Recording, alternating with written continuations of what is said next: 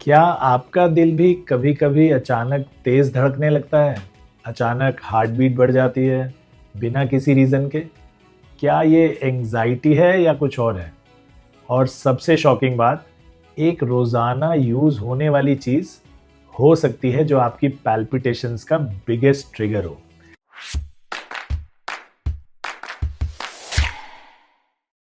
नमस्कार, मैं हूं doctor Suchin Bajaj, founder director Ujala Cygnus hospitals और आज के वीडियो में हम बात करेंगे पैल्पिटेशंस क्या होती हैं, कब ये डेंजरस होती हैं और क्या आप घर पर ही इसे कंट्रोल कर सकते हैं।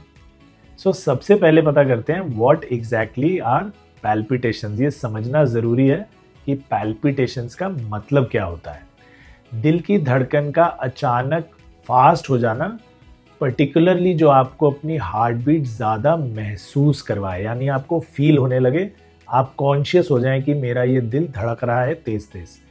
कभी कभी नॉर्मली होता है, जैसे कि बहुत स्ट्रेसफुल सिचुएशन में आप आ गए, वर्कआउट ज़्यादा कर लिया।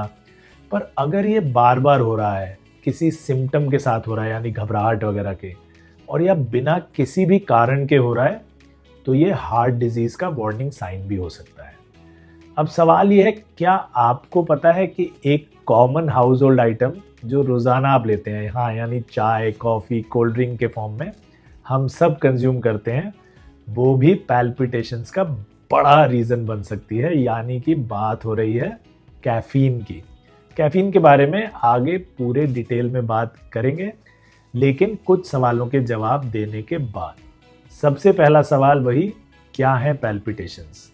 इसके सिम्टम्स यही हैं कि आप अपनी हार्ट बीट के बारे में महसूस करने लगते हैं।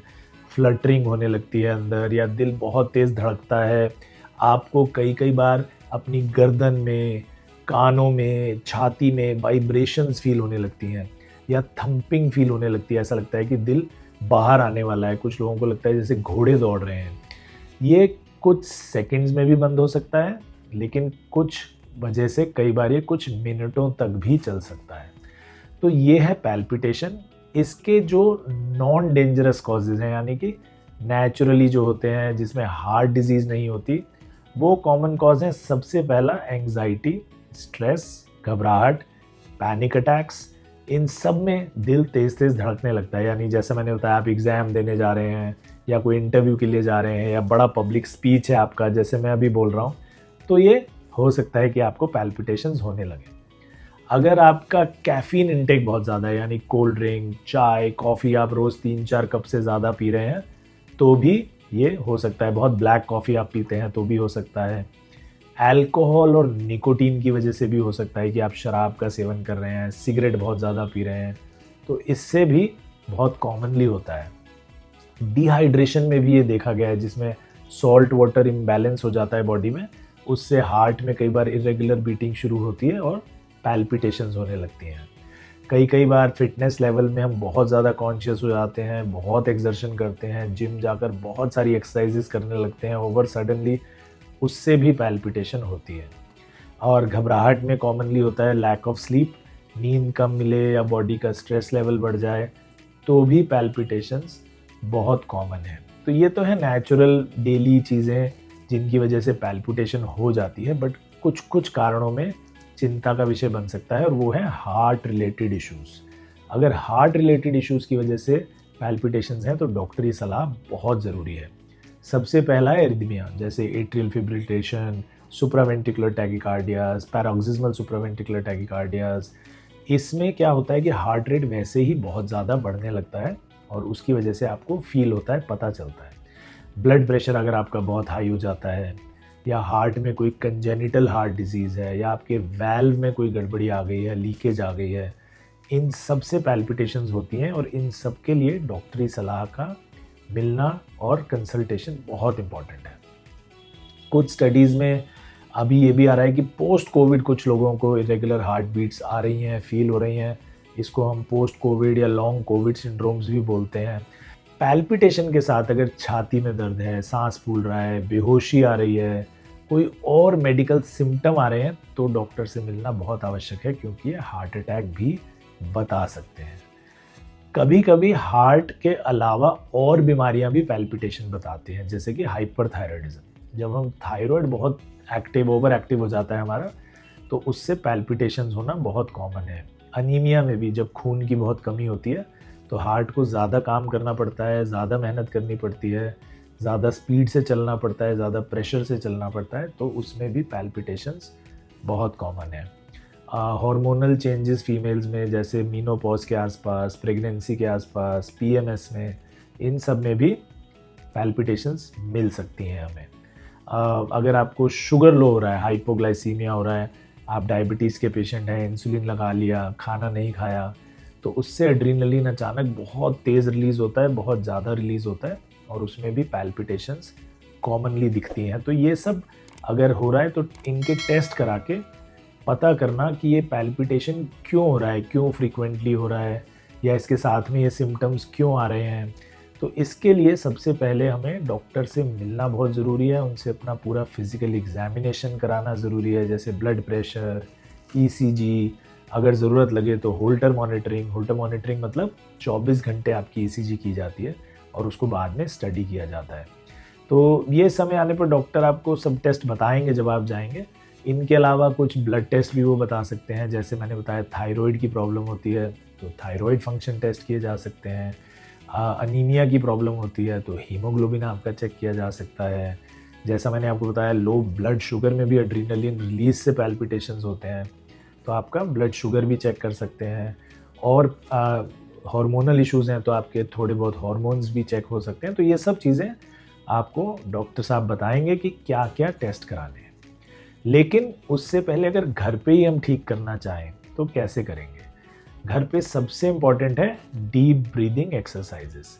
उसमें हम 4-7-8 एक्सरसाइज सबसे कॉमन बोलते हैं कि आप 4 सेकंड तक डीप ब्रीदिंग कीजिए आराम से कहीं बैठ के, 7 सेकंड तक उसको होल्ड कीजिए, सांस कहीं मत छोड़िए, और फिर धीरे धीरे धीरे 8 सेकंड में अपनी सांस को छोड़िए। इसके साथ अनुलोम विलोम, प्राणायाम, ये सब भी आपके नर्वस सिस्टम को रिलैक्स करते हैं। अगर आप ठंडे पानी से अपना मुंह धोएं या ठंडे पानी में फेस को डुबो लें थोड़ी देर, तो उससे भी वेगस नर्व स्टिमुलेट होती है और हार्ट रेट आपका स्लो होता है, पैल्पिटेशन आपकी सेटल हो सकती है। हाइड्रेशन लेने से, जैसा मैंने बताया, डिहाइड्रेशन की वजह से, इलेक्ट्रोलाइट इम्बैलेंस की वजह से, सॉल्ट वाटर डिसबैलेंस की वजह से पैल्पिटेशंस होते हैं। तो अगर आप रिहाइड्रेट करेंगे, नींबू पानी पिएंगे, ओआरएस लेंगे, उससे भी आपको काफ़ी रिलीफ मिलेगा। लाइफस्टाइल इसमें मोस्ट इम्पॉर्टेंट है, जैसा मैंने बताया। तो कैफ़ीन का इंटेक बहुत ज़्यादा मत लीजिए, चाय, कॉफ़ी वगैरह, कोल्ड ड्रिंक 1-2 से ज़्यादा ना लें। कोल्ड ड्रिंक तो जितना अवॉइड करें उतना अच्छा है। अल्कोहल, सिगरेट बिल्कुल अवॉइड करें अगर आपको पैल्पिटेशंस होते हैं, इससे बहुत ज़्यादा बढ़ते हैं, तो बिल्कुल अवॉइड कर दीजिए। अपना स्ट्रेस मैनेज करिए, योगा करिए, मेडिटेशन करिए, कुछ खेलिए, दोस्तों से मिलिए। खेलने से, एक्सरसाइज करने से थकान होगी तो नींद भी पूरी होगी, तो मिनिमम 7-8 घंटे की अपनी नींद ज़रूर लीजिए। खाने पीने में ध्यान रखिए कि मैग्नीशियम रिच फूड्स अगर खाएंगे, जैसे केले हैं, स्पिनच है, उससे आपको काफ़ी हार्ट को असर डेफिनेटली अच्छा होता है और हार्ट में काफ़ी स्ट्रेंथ आती है।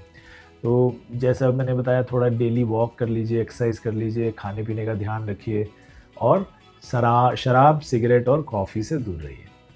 क्वेश्चन ये भी आता है कि कॉफ़ी से क्या पैल्पिटेशन के साथ पैनिक अटैक भी हो जाते हैं? जी बिल्कुल हो जाते हैं। कैफ़ीन जो भी है ना, वो एंग्जाइटी को ट्रिगर करता है, तो जिससे हार्ट तेज़ भागता है, रेस्टलेसनेस होती है, घबराहट होती है।